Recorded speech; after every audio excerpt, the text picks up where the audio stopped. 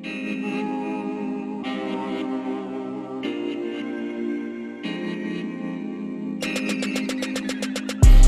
y'all, hey, welcome to Melvina Motivates, the podcast. In this space, we are going to laugh, cry, but mostly heal and laugh some more. It is my goal to take you from stuck to your absolute greatest by sharing my personal healing journey with you. I am clear that my life's purpose is to be a safe space, place for others so that they can return to their true self. Hop along for the ride. You won't be disappointed. So again, welcome to Melvina Motivates, the podcast. Welcome back, everybody. It is episode 9. This is the final episode before we conclude season 1. And I am super excited. I am very excited. Currently, I am on summer break. That might go into a longer extension of a break. For very good reason, and I'm definitely enjoying my time off, much needed time off, though it doesn't really feel like a lot of time off because currently Matt is in a summer program, and so essentially getting up as early as if I had to travel to work, so that's part of my day. But I do get a chance to kind of take care of things, where I don't have to worry about getting a little person out of the car seat, in and out, and them asking me a million questions, at least for a few hours in the day. So just want to put it out there that, he's doing good, we're doing good, and that's a little bit of, our little announcements here. Couple of reminders. Definitely, if you have not already checked out the previous episodes, you can now essentially binge listen to Melvina Motivates, the podcast, on SoundCloud. And again, if this is episode 9, you have a total of 8 episodes, prior to this one. And then if you wait till this one comes out, then you have a total of 9 episodes that you can just listen through, and you'll be able to hear my heart, my mind, my soul, as I've taking you through my healing journey and process, which is not over. It's actually, I feel now, it's just beginning. And also, we've had some amazing guests so far that will actually be back for episode 10. And I am super stoked about that. Episode 4, you heard from the producer, the man behind Melvina Motivates himself, Prince Drive, in episode 4. And that was entitled, It's All About the Drive. And then episode 8, we had the beautiful high priestess herself, Miss Remedy from Fixed Roots in the house. And both of those episodes were really great. And I was so grateful to have selected some amazing guests. So shout out to them. So they'll be back in episode 10. We are going to close out season 1 together and definitely have a blast. I cannot wait for that. So one of the things that we want to try to do, Prince said that he'll do a little bit of research. I'll ask around for episode 10. Our goal, we'll see if this happens, is to figure out a way where we can do live Q&A, right? Where you guys can call in to us and ask us questions, and we'll answer them live. So that's something that we're trying to play around with, and I think that'll be so dope. However, if we can't, what we'll do, I'll, like I've done before in past episodes, I'll put the question out there on social media and give you guys an opportunity to write us some questions, and we'll happily answer them in the 10th episode. So I'm so excited about that. That's a really big accomplishment for me. And I couldn't have done it without all of you guys. A special shout out to the Fixed Roots tribe, because definitely episode 8, I haven't checked as of today, but I think that episode is almost at 50 listens, which is great, and obviously from there people were, intrigued, and they continue to listen to more episodes of Melvina Motivates. So shout out to Remedy for sharing her tribe with me and, helping your girl get a little bit more exposure. So thanks, girl. Thanks. So let's get into episode 9. We won't delay. And as we're about to get into episode 9, I just want you guys to know that starting this podcast has been definitely a dream, and I've been able to do that simply because honestly it started with me writing the vision down. And the first time I did an episode, I wasn't really sure how this would all really transpire and manifest and really reach people. So I want to take a moment and thank everybody for that. And so throughout the episodes, you guys have been able to hear a lot of transparency from myself, specifically around literally my trauma. Honestly, let's call it what it is. And today I want to focus on now what, or what now. So I believe in episodes 6 and 7, I kind of, traveled a little backwards. I told you guys about, where I was and then where, I was now. And now after sharing that information, I'm now at this place of what now, or now what. And I want to just kind of take you guys through what all that means for me in my healing process. Episode 2, I covered essentially a little bit of my maternal epigenetics, some trait cycles and patterns that have transpired on my maternal side, how they showed up on my side. Episode 3, you guys, for those who are brave enough to listen, who had the stomach to listen, right? Had the mind, the openness to hear what I experienced with my mother's husband. I appreciate you, because I know that wasn't an easy listen, and I don't take that for granted. I really don't. So, of course, in that episode, I was very detailed and transparent about my sexual abuse experience and how that's definitely had its impact, on my life. And then in episodes 6 and 7, again, I tell you guys where I am, some relationships that are under the reformation or restoration process, perhaps, definitely with my mother, some things have transpired, even with my biological father. And as of right now, that honestly all plays into this what now piece. So after sharing all of those things, I had a really powerful therapy session on this past Tuesday. And so to kind of give you guys some context, today is July 22nd. And so this therapy session was July 20th. And we had started the conversation of what now, or now what. I'm playing between one of those, because one of those will be the title. and we kind of been parking around the subject of love. And in this space, right, I'm at a point where I have to redefine exactly, well, what is love? What does that actually mean to me? And before I can begin to rediscover, right, what it really is and truly uncover what it is, kind of got to take y'all back to the beginning, right? And so, again, let's take a little moment and let's paint this context. So, like I shared with you guys, I believe in episode 2, kind of like a snippet of my mother's journey, right? And I'm able to add a little bit more information to it because of the recent reconnection with my biological father.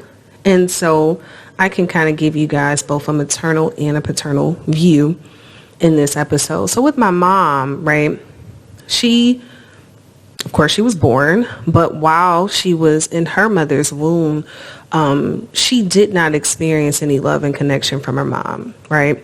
So much to the point where the moment she was born, she was left in the hospital for 3 days before she was then adopted by her adoptive parents, who she knows and knew for quite some time only as mom and dad. And so from there, my mom, she was already festering in disconnection, abandonment, and most importantly, a lack of love and affection, right, from her maternal mother. And of course, my mom, she has gone through her traumas when she was carrying all of us. I guess with the exception of Carly to some degree, to some extent, but definitely with all of us. You know, she also had her traumas. So with her already being born out of trauma and then not having, the knowledge and the wherewithal to even do much of any work, right? She goes forth and she has children, and we're also festering and marinating and baking in a womb that is essentially unhealthy and unhealed. I was trying to say both those words at the same time. Unhealthy and unhealed. Here we go. And so then when it comes down to my paternal side, so my grandfather, he had essentially like 3 different families, right? And I believe, and someone corrects me who's a part of the family here, who's listening, my grandfather's education, I believe, stopped at about 3rd grade. I don't know if it went further than 3rd, maybe 8th. It's between one of those. So he grew up in Arkansas. And so he had one of those downright country families and dads, where essentially during that time, they absolutely did not show love at all. They just told you to work. Boy, you better listen to what I say because I'm your daddy, and that transpired to how he showed up even with all of his children, right? Unfortunately, my grandfather was a very high functioning alcoholic. He went to work. He made sure that everyone was taken care of to the best of their ability financially. But when it came down to the emotional part, that's where my grandfather dropped the ball. So how did that play out with his children? Oh, didn't it play out? So from my biological father, he was the oldest of the 3 children that he had with my grandmother. And so with him, based on what I recently learned, he didn't have this high emotional connection with his father, right? And my father adored his dad. He admired him and looked to him as like his almighty hero. My grandfather was very great with his hands. He did a lot of work for the city of Chicago. He would tell us all the time how he helped to build what you can see if you're riding down Lakeshore Drive, just those beaches and laying those rocks. And he helped to build the high school that most of us graduated from out in the south suburbs, Thornridge, 06A Falcons. And, he's made a lot of major contributions outside of his home, but his home suffered, so again, just a reminder, he drank. So on top of drinking, on top of not having emotional awareness and the capacity to, extend grace and all that other stuff, it had an impact on how he showed up with his children. And again, specifically my father. So, as recently as of, I believe, April or May, I believe April, May, June, all of these months are now just kind of clashing together. But I remember having an opportunity to talk with my father and ask him about his relationship with our dad. We really didn't get a chance to talk much about our grandmother. But I know that she also she had her ways as well, and that's according to my aunt. So, with my dad, he, instead of him being able to be the apple of his father's eye, right? His dad was very heavy on ridicule, didn't really show a lot of emotional nurture, connection, any of that. And my father had this deficiency, like this deficient and this wound and this void, right, that he could not get from his dad. And asking him on a car ride, coming to pick him up from Rockford, as I closely listened, I was able to kind of piece it together that because of that, then that turned my father essentially, cold and into a finesser, honestly. And so with that, he then took to women, trying to fill a void. Then he took to the streets. He took to drugs and alcohol himself and all of those things. And so where does that leave Melvina? So you have my mom, who's gone through what she's gone through generationally, right? This abandoned woman who gets up with this emotionally void man, right? And then they have children. I'm preaching, somebody. They get together and then they make their own children. And I can honestly say neither of them have really truly scratched the surface of their own work, right? And that honestly has caused an implication. And the implication came into how my biological father has shown up in the world. Unfortunately, he went above and beyond to have a lot of children. And 5 is a lot compared to my 1. So he's had 5 children by 4 different women, right? And then you have my mom, who just had a hard time making right decisions with partners, right?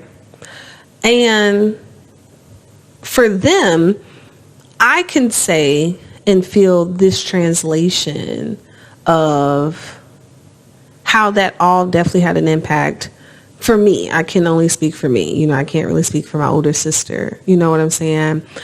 For me, that left me trying to kind of piece or rewrite this generational and biological and genealogical, all these ogicals,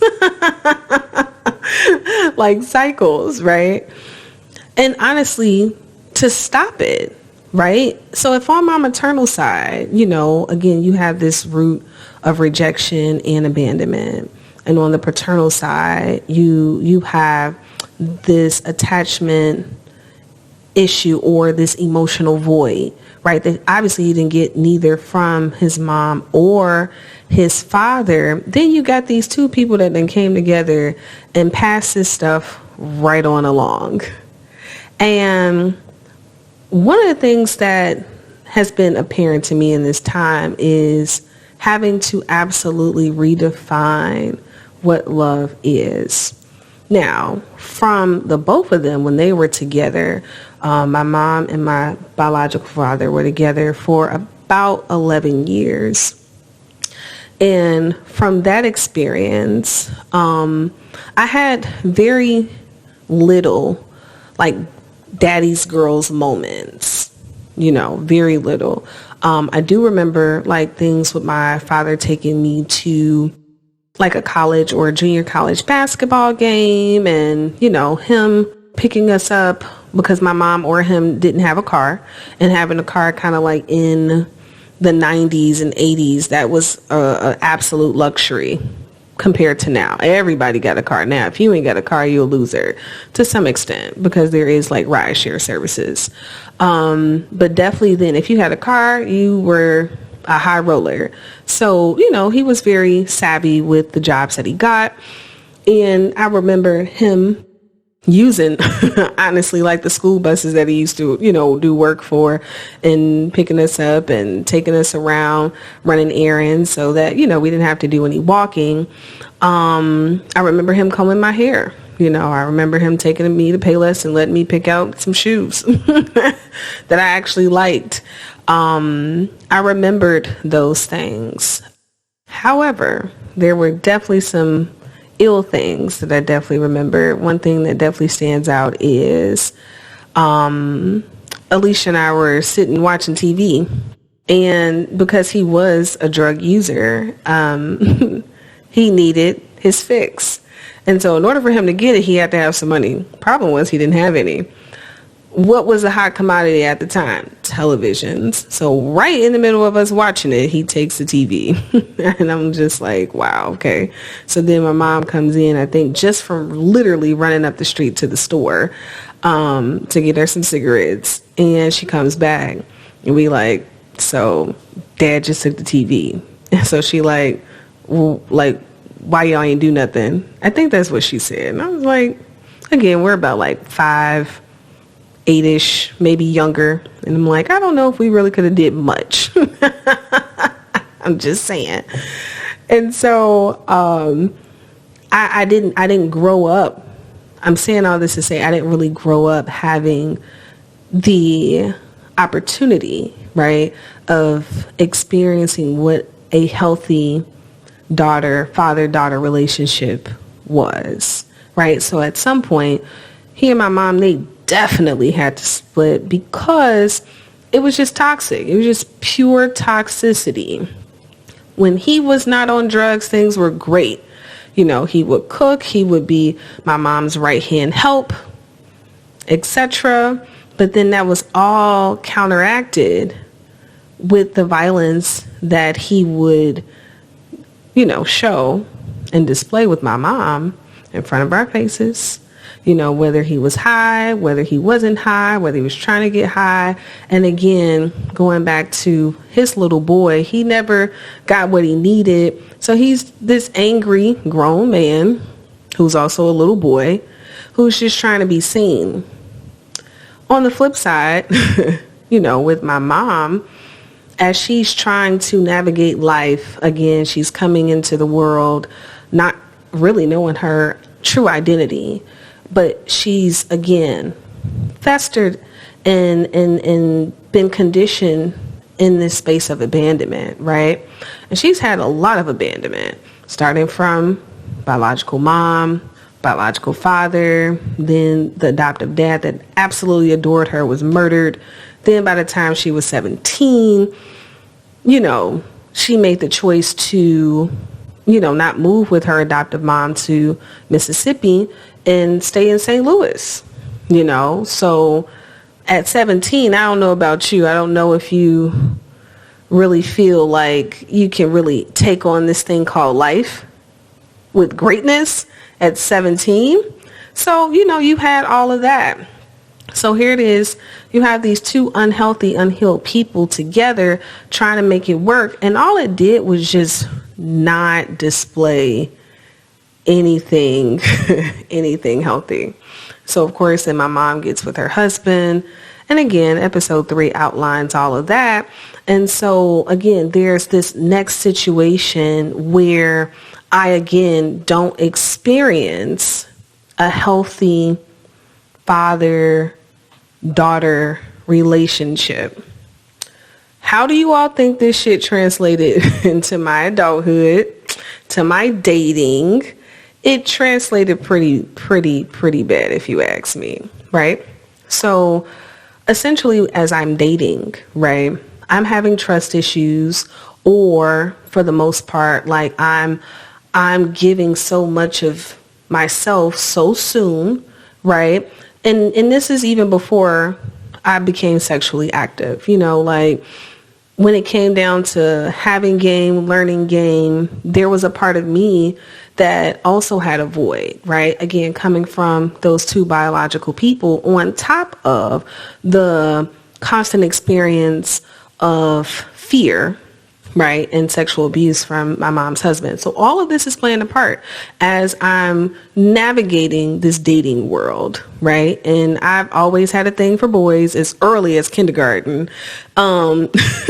But as I started really having boyfriends, like in middle school, you can imagine my path of dating was not the best. Some cases, I was the breaker upper, right? A lot of cases I was that. Didn't even have really good reason to break up with people, but I did. Leaving them heartbroken and all torn out of and bent out of shape. Of course, karma's a dog, and I've gotten my karma and came back to me. But when it came down to how that impacted my essence, right? Like, I'm having all of those things having an impact, right, on my light and who I am, and then how that translated into how I just essentially operated from my lower self. Melvina was definitely operating from a lower space, especially when I got to college. Damn! When I went to college, dating during that time was the roughest for me, and here's why. My college boyfriend and I, we both had our issues, but it was my sophomore year, my second semester of my sophomore year, where the weight of what I was experiencing or hadn't really dealt with, right, from my family's dysfunction, right, and my biological DNA and all that other stuff, all that shit came to surface when I was in college. Number one, I was away from the dysfunction just for a little bit. I didn't go to school far. I went to UIC. Shout out to the Flames. And, when all of that stuff came up, I became a fucking monster. Okay. So at that point, that's where I had experienced for the first time depression, but no one had clinically diagnosed it as such. But as me being a psychology major, right, I'm seeing and experiencing the symptoms of it. And a part of me, therapy wasn't really cool then. So I wasn't like one to just run to therapy. Eventually I did while I was in school. But to my boyfriend at the time, and I was on birth control, but the thing that was definitely guiding and being the pilot at that moment was my trauma. Okay. At that time, I expected my college boyfriend to be Jesus. Honestly, I needed him to be my Messiah. And that's a very heavy weight and an ask for someone who's only 20, 19, 20 years old, or 20, 21, something like that. Because he was, I think, 2 or 3 years older than me. But that was my implied expectation on top of, because I never saw a healthy relationship. How the fuck y'all think I was showing up? I was showing up toxic and unhealthy as hell. I was. Though I lived in a home where there were 2 individuals in there that say that they were married, right? I didn't really get a good grasp of what that really looked like in a healthy way. I always experienced, my mom being angry. I've always seen her fighting at some point, whether it was her fighting her mates or her, taking her frustrations and anger out on us, or us getting, whoopings or whatever, because, we didn't do what we were supposed to do. Or her showing up as referees ready to kick somebody else's kid's ass over her children. So I've always seen my mom rough. And so for me, that was an implied lesson, right? I wasn't taught to be soft, gentle, feminine. I was taught to be a fucking junkyard dog. That was an implied lesson. And that translated into that relationship in college. I remembered it was one time I was at a club and I didn't want to be there anymore. And at the time, me and my college boyfriend had got into it. I wasn't talking to him, but this is like before Uber was really a thing, right? So before this, before Uber, it was either get your ass on the bus, or take the closest like red or blue line. And I was at some spot up north. And I don't even remember how I got there. I don't know if somebody dropped me off or I rode with some friends and I didn't want to be there no more.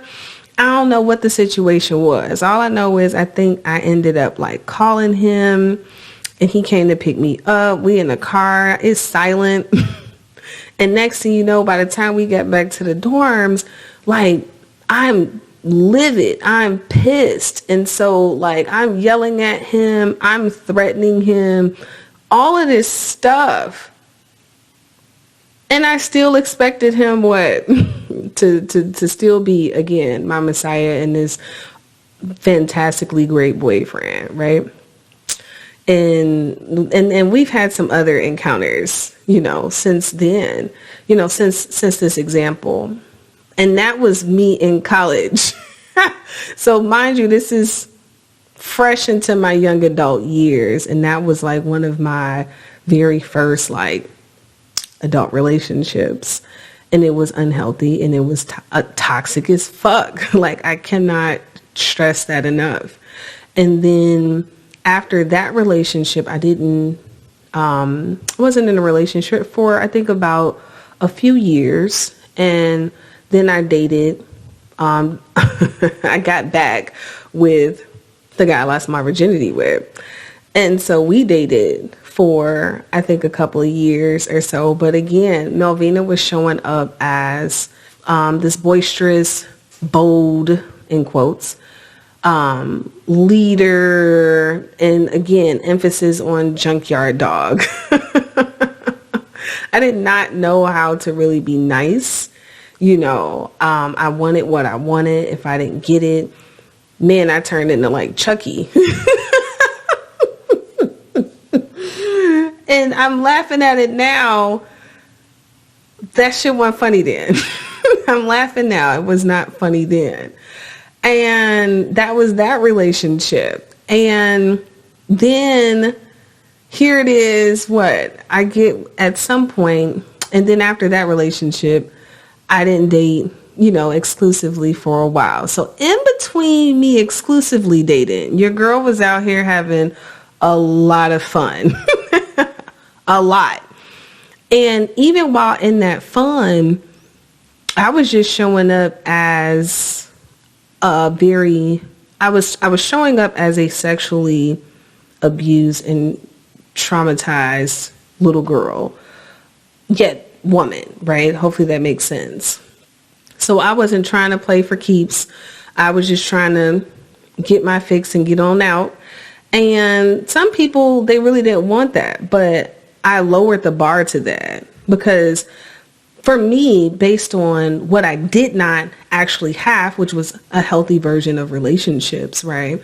From mom, from father, from, in quotes, stepfather, I didn't know how to be a feminine woman and actually be in healthy relationship, right?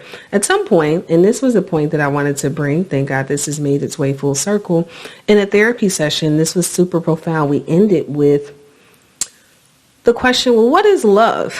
And for me, love was something that I formerly associated with abuse, right? If you know anything about love, love is not that. And I heard this dope podcast from Jay Shetty and Jada Pinkett Smith, where she goes into the difference of love, right? So she says that there's a version of red love versus blue love. And so she breaks it down. Red love is that, that anger, that aggressive, that, toxic space, whereas blue love, that's the calm, cool, collected.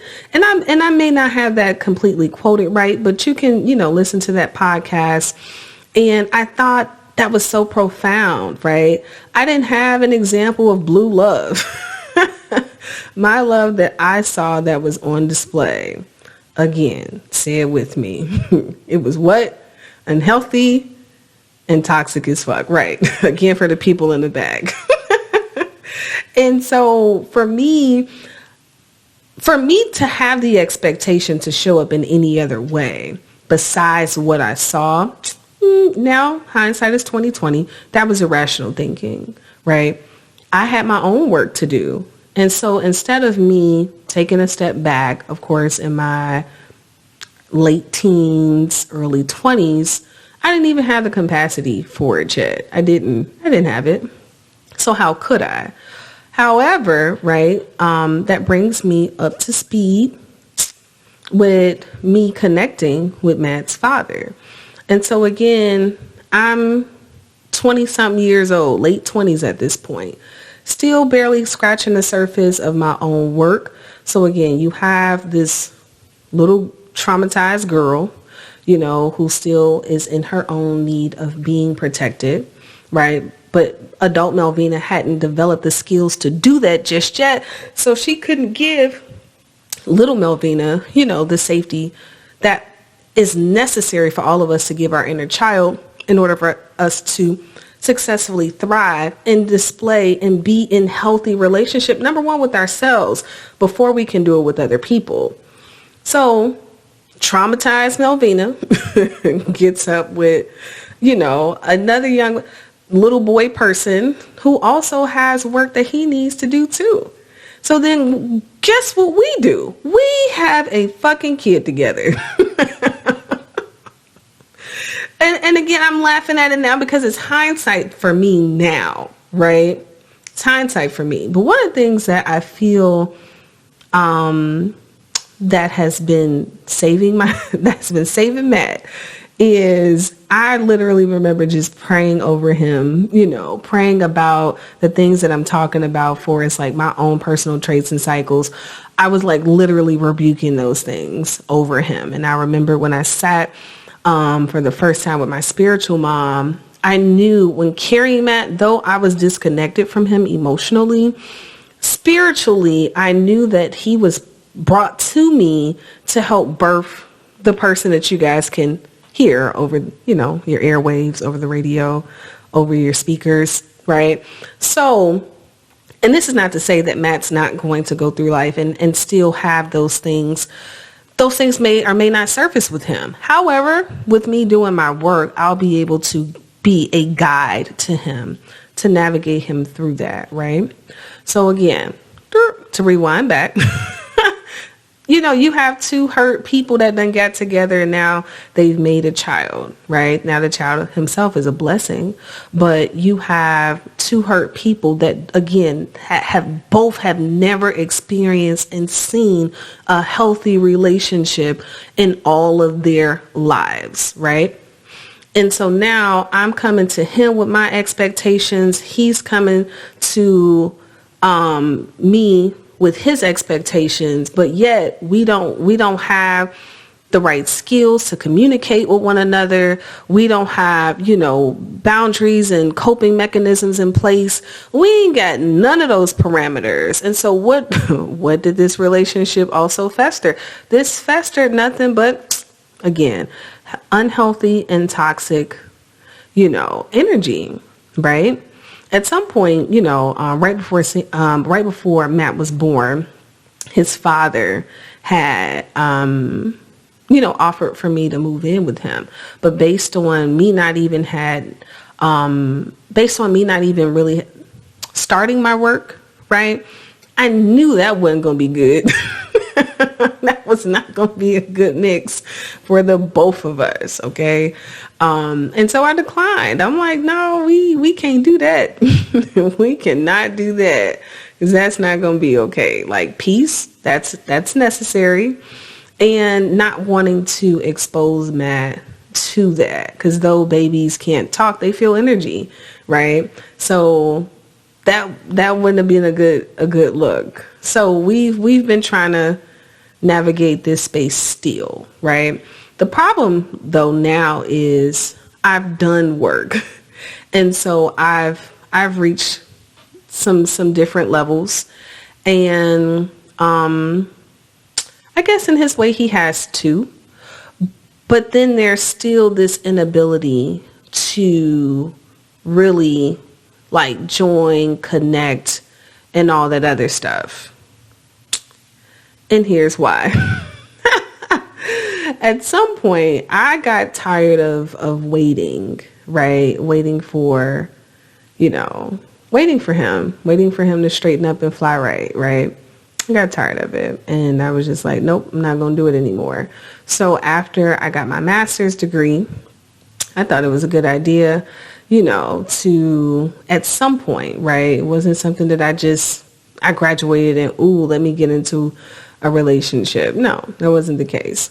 So I thought, I literally manifested the man of my dreams. And don't get me wrong, when me and this last gentleman were dating, again, my lens has been, love, right? I've confused love for abuse.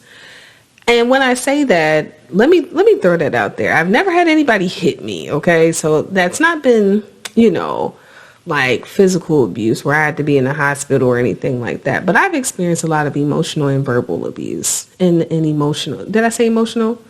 Emotional, verbal, and psychological. That's what I was going for. And so with this guy, on the surface, right, he was all that in a bag of chips. All that in a bag of chips. And also, he was the first person, too, for me to have dated where a part of me did feel safe, right?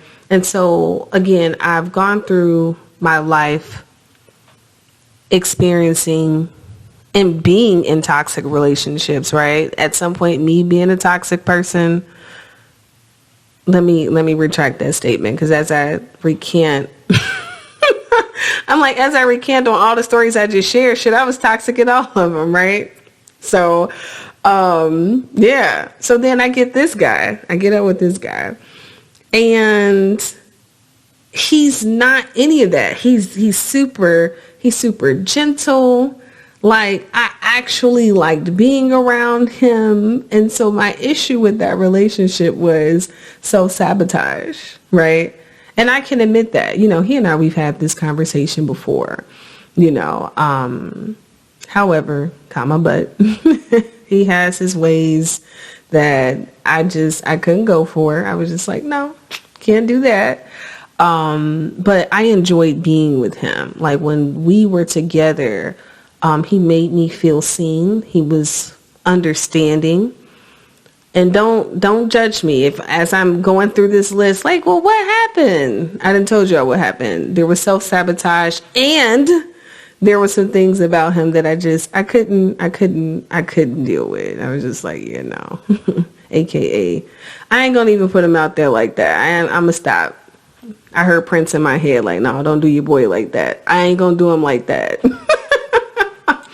But there were just some things about him that I couldn't tolerate. And I was just like, yeah. However, again, I liked being around him. A part of me, right, there was safety. And that was different for me, right? There are a lot of people I either kicked it with or dated. I didn't absolutely feel safe with. With him, I did, to some extent. To some extent. I hear my spiritual mom saying, well, did you really feel safe with him? Anyways. And so we had a good time together, When it came down to conversations, we could talk. He was really good with Matt, right? Like, he was really good with engaging with him and all of that. So, again, with him, that was kind of like the first time in my own way, kind of scratching the surface of what a healthy relationship could feel like, right? Again, emphasis on, there were some things that that had me looking sideways at him. But from knowing that for sure, like, this person would definitely contact me, like, I mattered to this person, at least when we were together, and that was completely, that was definitely different from what I had experienced before. And I'm saying all that to say, this now what and what now space, I'm in a space where I have to really get clear and redefine what is love for me, right? And my spiritual mom says, well, the very first place where she started when she got into the same space too was well, what is God's love? Starting there, how is it that God loves us? How is that love extended to each and every one of his children? And then going from there, right? What does love in Melvina look like, right? For a while, because I've experienced so much hurt, so much pain, a lot of disappointments, and a lot of unhealthiness, right? And at some point, that's how I defined love. But based on the work, right, the work has allowed me to remove the rubble, right, to wipe my lens clean, and gave me a new pair of lenses, actually, right? Because I was looking from a very toxic and harsh lens. My lens was broken. So after doing the work, I got a new pair of glasses, let's say. And how does love look to me now, right? How do I extend love to myself? Because once I get clear about God's love and how God loves me, how he loves all of you, then I have to get clear, well, what is love to Melvina? How I was functioning before, which was a place of dysfunction based on what I was conditioned in, loved was very skewed. It was very skewed. And I now have the power and the wherewithal to change that, right? And extend that in the form of boundaries, right? In this form of setting limitations, setting standards, I don't want to say expectations, but definitely setting standards, right? Boundaries and standards with people, especially men, right? And then where does that all bring me to? Because of course, once I do all that, right, then the love that I already show people, it'll actually be greater. Then there'll be like this overflow and this abundance of love. And when I was working with one of my coaches before, when we defined my essence, one of my essence is love. Like when people are around me, they experience love, right? They experience that, though, right? Based on what I gone through, I may not have always displayed that. I didn't always display that higher and lighter self of me, right? Because of what I've gone through. But now that I've done the work, it brings me to the point in the what now and the now what, to a challenge that my spiritual mom and I had talked about, I think now 2 years ago. And I'll just put it out there. Honestly, a 6-month hiatus from dating, right? Because I got to get clear about what the fuck is really dating for me. I know people are saying data is you collecting data. All right. But in this season, I get that that's going to have to be a part of my journey. But I think I've had my share. I've had my share of that. And I think I can maybe do without that to some extent. Like I know that as I'm getting clear about what love is, me being able to set boundaries, then I'll have to apply it in the space of dating to some extent. You know what I'm saying? I hope that makes sense for everybody. And so for me, I'm just like, when she presented that before, I was like, girl, you got the game messed up. And then we were laughing about that at Tuesday's session because, I brought it back to her. At some point, it was me who needed men to make me feel seen, right? Engaging with men to fill voids and to do all of those things. And now I'm at a point where I don't want to do that. I don't have to do that. And so for 6 months, there's this clean slate. There's this time period where it's just me with God, me building a deeper and better bond with Matthew. And then getting clear about, well, what is love? How do I want to be loved? How do I show myself love?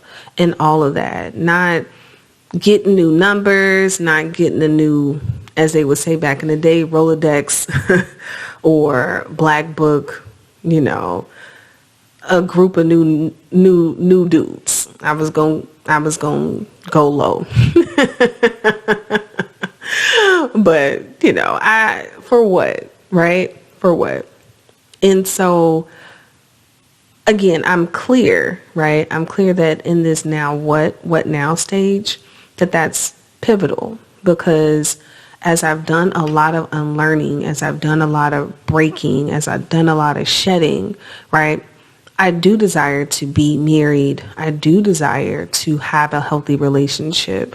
But again, there's this new level of ground zero that I'm on where I can focus on that, right? And being able to focus on it really internally means me focusing on myself, right?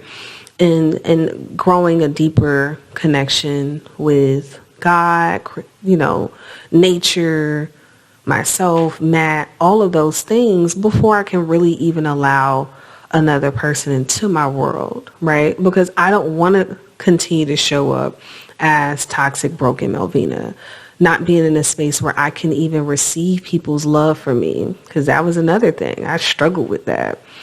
And I now have the ability, the wherewithal, the knowledge, skills to not do that. So that's what I'm gonna definitely be on for the next 6 months or longer. I'm opening it to even being longer. And to conclude this episode, I want to share this quote that Carly gave me. And I hope that this blesses people, right? And so she wrote and said, because I did ask her, well, Carly, what is love to you? And her response to me was, love is not trusting someone simply because you love them, but someone loving you enough to be trustworthy. And so that's where we'll end, and we'll see everybody in episode 10. Again, thank you guys for joining me on this ride and this entire season, and I'll see you all in the season finale. Peace.